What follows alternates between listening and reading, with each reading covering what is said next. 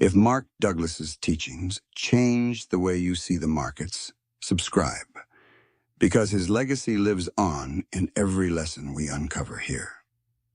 Now, let's begin our today's lesson. You know, most traders don't fail because the market defeats them.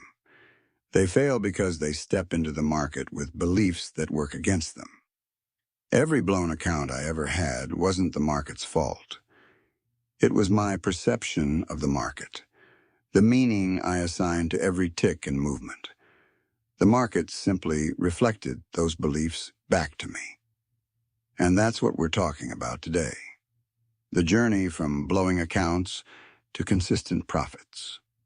In the previous video on 5 rules for riding big trends, I talked about how patience and timing are the backbone of a trader's edge.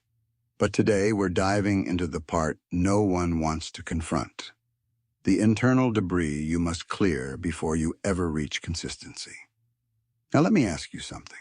Have you ever stared at your trading account after a bad streak and thought, maybe I'm just not built for this? I've been there. Everyone who's lasted in this business has. You see, the market has a way of exposing the beliefs you didn't even know you were acting on, right when you're convinced you've mastered the game. The moment you start believing the market owes you something, or that you've figured it out, that's when it takes back everything and more. That's not punishment. That's feedback. Market feedback. You can't buy your way around it. I remember the first time I blew up. It wasn't one catastrophic trade. It was the slow grind of acting on fear, hesitation, and the illusion of control. Little losses I refused to take. Small wins I grabbed too quickly. I wasn't trading probabilities. I was trading my need to avoid pain. That's the truth every trader eventually has to see. The market isn't lying to you. Your unexamined beliefs are. You want consistency? You've got to strip those conflicted beliefs out of your system like removing friction from a machine. Now, what do most traders do when they blow an account?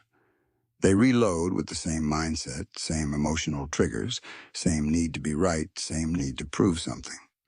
And because nothing internally has changed, the same outcome repeats itself.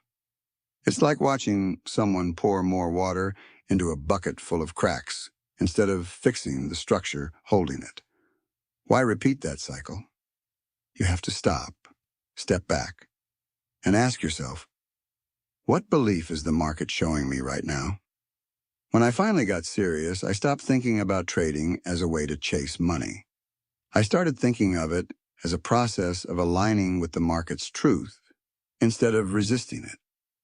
There's a massive difference. Protecting capital becomes natural when you stop battling the market and start accepting uncertainty. Most people never understand that because they're too busy chasing the next hit of excitement. They forget that missing a trade never hurts you. Taking a trade that violates your rules damages your mind more than your equity. I started keeping a journal back then, not of entries and exits, but of the thoughts and emotional impulses that came before them. How I felt before entering, what I assumed the chart meant. What triggered hesitation, because the real battle isn't on the screen. It's inside the beliefs shaping your perception. You cannot trade price action objectively if you don't understand the impulses driving your decisions. And once I started observing that, everything began to shift, slowly, painfully, but inevitably. Do you remember in that earlier video when we talked about riding big trends? Those principles don't only apply when you're winning, they apply when you're losing too. The discipline to sit tight and let a trade play out in your favor is the same discipline that keeps you from inventing opportunities in unclear markets. Most traders lose because they can't tolerate the psychological discomfort of doing nothing. The market goes quiet, and they feel compelled to act just to relieve tension. That tension drains accounts faster than bad technical reads ever could. I'd look at a chart and ask myself, is this setup truly aligned with my criteria, Or am I acting from discomfort? You already know the answer most of the time, but the amateur pushes the button anyway to avoid uncertainty. That's the separation. Not in the strategy, but in the space between impulses. You can't expect consistency in profits if you're inconsistent in the way you manage your beliefs and behaviors. Think about it. Every entry, exit, and risk placement becomes a mirror of your mental structure. The chart reflects who you are. Show up with fear, and it yields confusion. Show up with clarity, patience, and acceptance of risk, and it rewards you in its own time. Not today, maybe not tomorrow, but eventually. The traders who master this aren't the smartest or the fastest or the most analytical. They're the ones who can embrace uncertainty without losing emotional control. The same principle that builds wealth in long trends also protects accounts in bad periods. The principle doesn't change. Only your relationship with uncertainty does. And here's something most traders won't admit. Consistency isn't about finding better trades. It's about transforming into a trader who can execute without internal conflict. You can hand two people the same chart pattern, the same rules, and one will thrive while the other self-destructs. Why? Because one accepts the randomness of outcomes, while the other clings to the need for certainty. One trades probabilities, the other trades emotions. When you finally detach from the need to prove something to yourself or the market, and start aligning with what the market offers rather than what you want from it, everything changes. You stop forcing trades. You stop chasing reversals. You start perceiving subtle shifts because your mind is no longer clouded. The market whispers before it shouts. Amateurs only hear the shouting. Professionals read the whispers. Now you might ask, how long does it take to get from blowing accounts to consistency? As long as it takes you to build beliefs that no longer conflict with uncertainty. The moment you can walk away from a setup that violates your rules, that's progress. The moment you reduce size during losing streaks, that's progress. The moment you stop comparing yourself to other traders and focus solely on your process, that's when you start operating without self-sabotage. I used to say the big money isn't in buying or selling, it's in the waiting. But that waiting isn't passive. It's active alignment with your edge.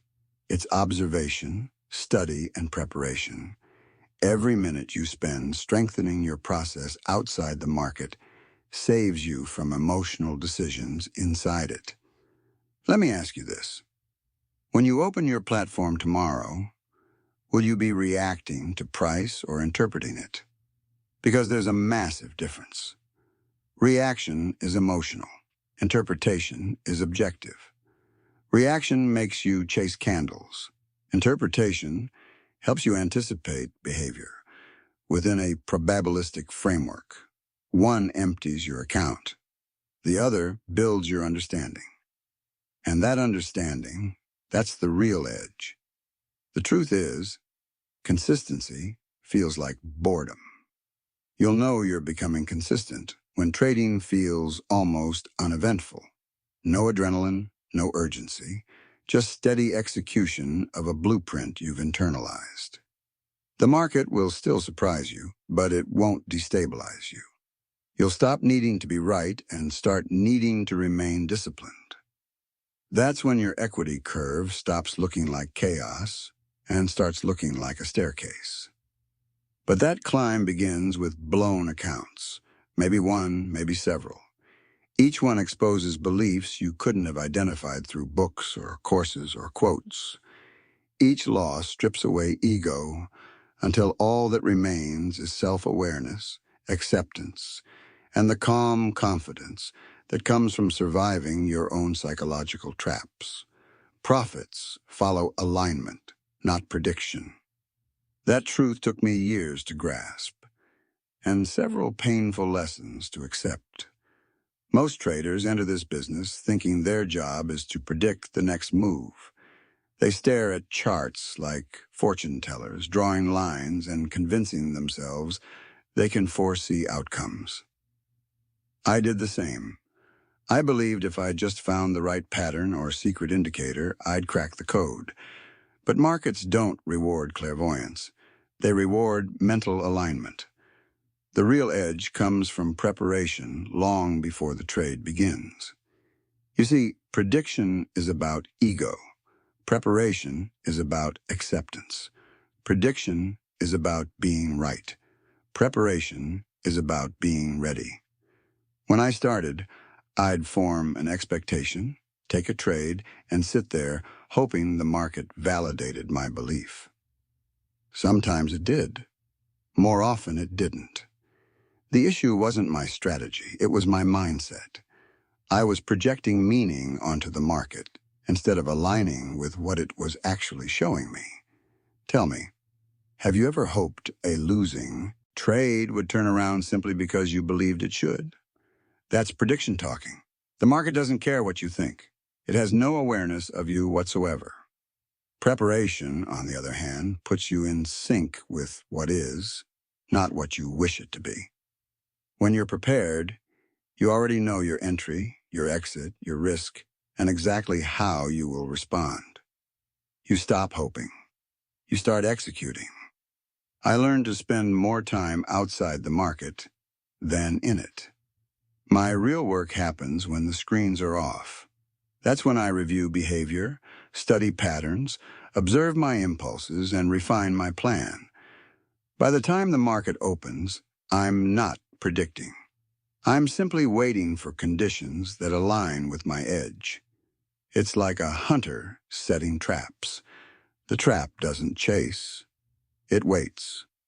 Preparation works the same way. Preparation isn't about stacking indicators or memorizing news events. It's about understanding structure, knowing market behavior, and defining your edge. When you prepare properly, you don't guess direction. You wait for alignment. You define what a valid trade looks like so that when it appears, you act. And when it doesn't, you don't create imaginary trades. Most traders can't do that. They confuse motion with opportunity. But not every candle invites action. Think back to the last time you felt pressure to trade. You probably saw a movement, feared missing out, and jumped in. That's prediction again, acting from fear instead of structure. Preparation would have saved you. It tells you that skipping a trade is not failure. It's discipline. I used to keep a list of trades I didn't take because they didn't fit my criteria. That list ended up preserving more capital than any winning trade ever did. Preparation also protects your confidence. When you rely on prediction, every wrong call damages your belief in yourself. But when you rely on preparation, even a losing trade doesn't shake you because you know you honored your plan. You know it was a valid trade that simply didn't play out this time. That's the difference between amateurs and professionals. Amateurs measure success by outcomes. Professionals measure success by process. I remember a fast-moving market once where prices whipped violently and chatter exploded.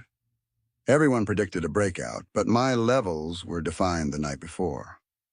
I didn't chase. I didn't guess. I waited for alignment. Price hit my zone, hesitated, confirmed, and I executed. The trade worked, not because I foresaw anything, but because I was mentally prepared. Preparation positioned me. Alignment paid me. You might think, isn't preparation just planning? Not exactly. Planning is conceptual. Preparation is psychological readiness. You can plan all you want, but when fear or excitement takes over, plans vanish. Preparation means rehearsing your discipline until it becomes part of your mental wiring. You know your risk, your process, your boundaries. So when the moment arrives, you don't hesitate. or freeze. You simply execute without internal conflict. Do you remember in that earlier talk about riding big trends, how we discussed the patience being the key to letting a move unfold? The same principle applies here. Preparation gives you the patience to wait for your edge. You stop trying to predict when the big move will begin. You simply prepare for the conditions that define your setup. So when the market aligns, you're already mentally positioned for it. Traders who chase every small fluctuation never capture the meaningful ones. The traders who prepare in silence are the ones the market rewards consistently. And it's not just technical readiness, it's psychological. Being prepared means accepting uncertainty completely. It means understanding that no amount of analysis guarantees a specific outcome, but a well-defined process guarantees long-term survival. The more prepared you are, the less pressure you feel to control outcomes. You stop needing the market to validate you because you've learned to manage yourself. That's real strength. That's real freedom. I used to think the secret to trading was prediction, trying to pinpoint the exact price turn. Now I know the real secret is preparation, building a mindset where you don't need to predict anything. Big trends reward the same patient mindset that prevents emotional implosions. That's a truth I learned through experience, and most traders never grasp it until they've paid enough market tuition to finally respect time.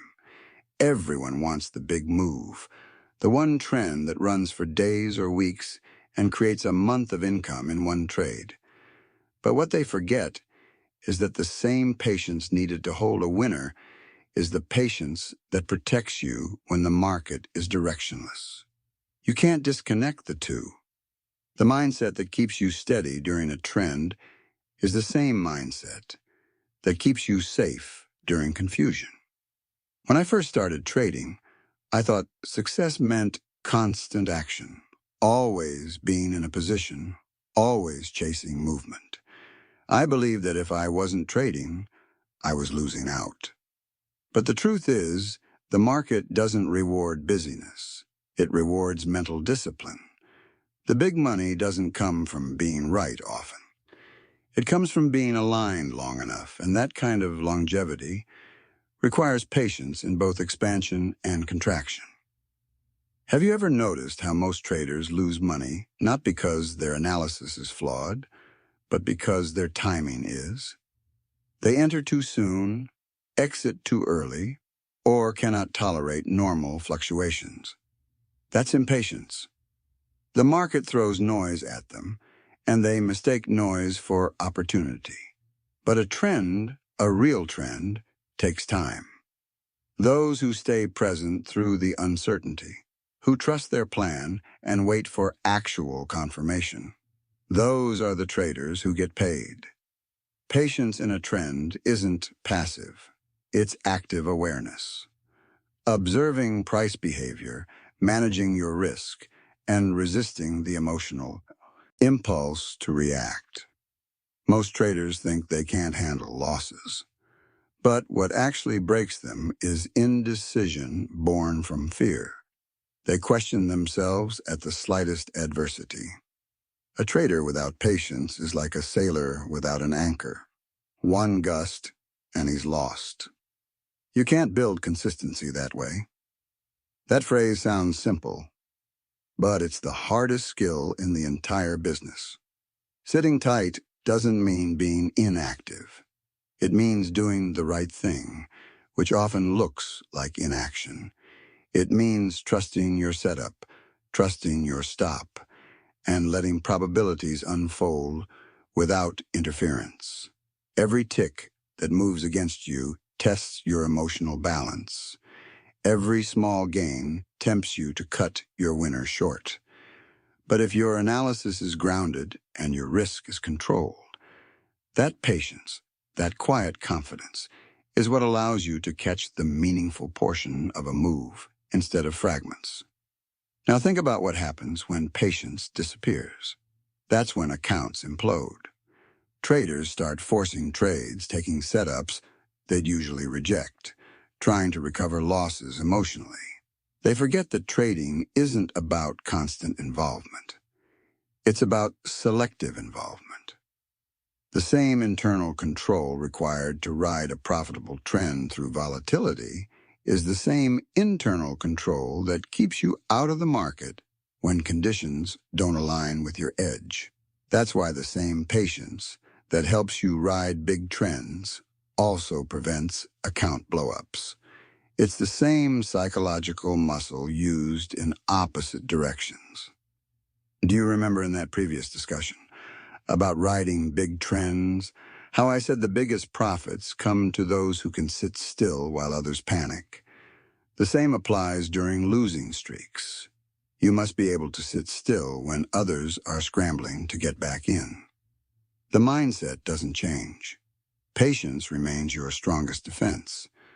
When the market is choppy or your confidence is weakened, stepping aside is a position too. Patience pays in silence just as much as it pays in movement. I've seen traders destroy a great month in one afternoon because they couldn't wait. They allowed frustration to replace discipline. They started trading from emotion instead of structure. But the market doesn't care about your frustration. It doesn't respond to emotional demands. It only rewards traders who wait for psychological and structural alignment, when momentum, structure, and sentiment converge. The impatient trader tries to manufacture alignment. The patient trader recognizes it. Patience also clarifies context. In trends, there are pullbacks, pauses, traps. Without patience, these look like threats. With patience, they're simply component parts of the structure. A patient trader sees the broader picture. He knows a pullback doesn't invalidate a trend. He knows a few counter-trend candles don't rewrite the market's direction. That's why the patient trader captures the bulk of the move, while the impatient trader jumps in and then out, collecting stress and crumbs. Ask yourself this: how many times have you exited early only to watch price move exactly where you expected after you left? That's the cost of impatience. Not just lost opportunity, but psychological exhaustion. Every time you act impulsively, you reinforce self-sabotage. Patience isn't just about waiting. It's about retraining your instincts so you no longer chase emotional relief. Once you learn that, your trading becomes calmer. Your decision-making becomes cleaner. And let's not forget, patience isn't only about entries and exits. It's also about personal development. Building real consistency takes time. You can't jump from blowing accounts to mastering trends instantly. Each trade, each loss, each hesitation reveals something about your alignment. The patient trader doesn't rush that evolution. He welcomes it. He knows that skill is built quietly, not in bursts of excitement. The market has cycles, and so do traders.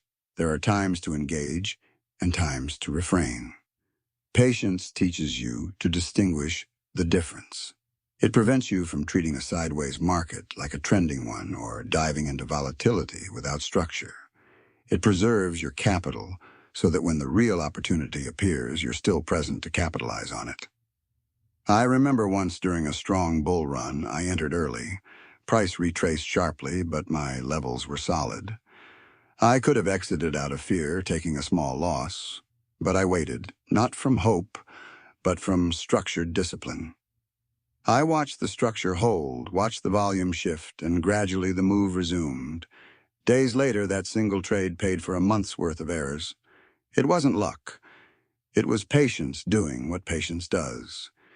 Every major trend contains moments that test your belief. Every recovery from drawdown takes time. That's why patience is the thread connecting growth and protection. The same strength required to sit through a winner is the same strength that prevents you from chasing a loser.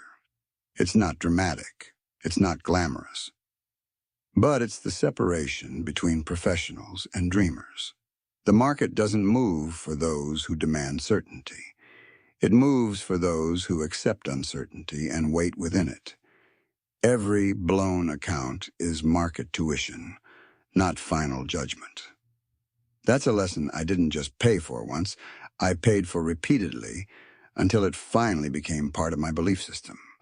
Most traders view a blown account as the end. They think it proves they don't belong. But the truth is, if you treat it correctly, a blown account is simply a very expensive education. One you can't get from any book, any course, or any mentor. The market charges tuition in the form of losses, and every dollar you lose carries a message about the beliefs driving your behavior. The real mistake isn't losing money. It's failing to understand the lesson the experience is presenting. When I blew my first account, I didn't see it as tuition. I saw it as betrayal. I blamed the market, the broker, even the news. I couldn't accept that something I studied so intensely could unravel so quickly. But the market wasn't betraying me. It was showing me the contradictions in my own mindset. It revealed my impatience, my ego, and my lack of internal discipline. I wasn't trading a system. I was acting out emotions under the illusion of control. And the market, being neutral and indifferent, simply reflected those emotions back to me and charged me for it. Ask yourself, how many times have you taken a loss and immediately jumped into another trade just to erase it? That isn't trading. That's paying tuition twice. You're not learning, you're reacting. Every loss has value if you pause long enough to examine it. What went wrong? Was it the setup, the timing, the risk? Or was it simply that you couldn't allow the uncertainty to unfold? Every blown account has the fingerprints of your beliefs all over it. If you analyze those prints, you begin to see the internal patterns that need restructuring. The market doesn't punish you for being wrong. It punishes you for refusing to acknowledge that you're wrong. I learned that from watching good trades become disasters, because I wouldn't accept a small, manageable loss. I'd widen the stop, add to a loser, or hold overnight hoping the market would align with my expectations. That wasn't strategy. It was emotional resistance. The moment you treat losses as failures, you start avoiding them psychologically. But when you see them as tuition, you confront them directly. You study them. You extract meaning from them. That's when the lessons begin to repay you. In this field, everyone pays something to learn. Some pay with capital, others with years of time. But no one escapes the cost. The difference is professionals view that cost as an investment.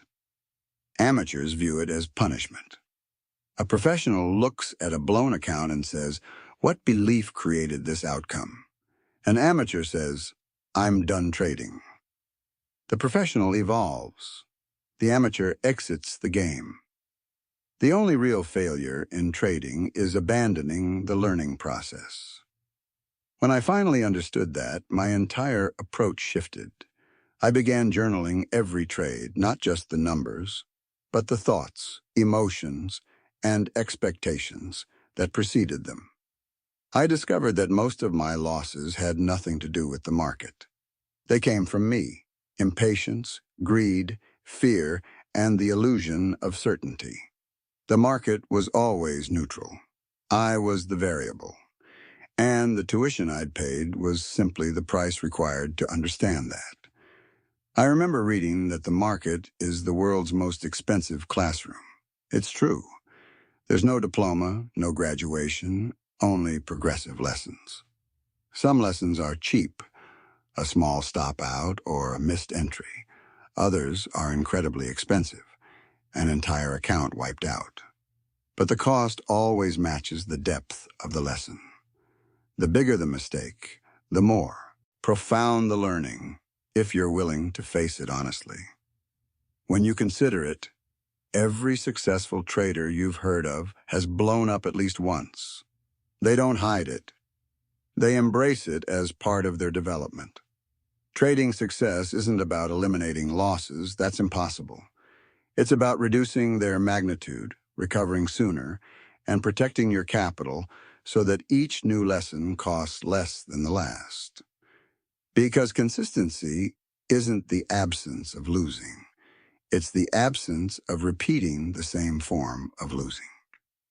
You might remember in that earlier video about the 5 rules for riding big trends, we talked about patience being the foundation for long-term profits. That same patience applies to recovering from drawdowns. The discipline that allows you to ride a big winner is the same discipline that keeps you from blowing up again. The market repeats the same psychological test in different forms, but the core principle never changes. Manage yourself, or the market will manage you. It took multiple blown accounts before I realized that failure wasn't the end. It was a reset point. Each restart made me slightly wiser, more cautious, more aligned with the reality of probabilities. I reduced position sizes, refined my setups, and learned to stay out when conditions weren't aligned. The pain of losing capital fades, but the lesson stays if you absorb it. Eventually, those past blow-ups stopped looking like scars and started looking like essential chapters in my development. Think about this. What do most traders do after a large loss? They either quit or they double down emotionally. Quitting wastes the tuition. Doubling down repeats the error.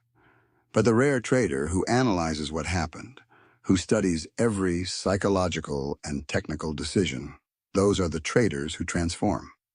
The market is always testing you, not your strategy, but your emotional structure. Each test costs something, and every blown account is a reminder that tuition is ongoing. The goal is to make each lesson cheaper than the previous one. Risk less, wait more, and trade only when your setup is truly present. Once you accept losses as part of the process, they stop intimidating you. You begin to manage them rather than fear them. The market stops being a threat and becomes a teacher, harsh, impartial, but fair. I used to stare at old account statements, the ones ending in zeros, and feel embarrassed. Now I see them as markers of progress.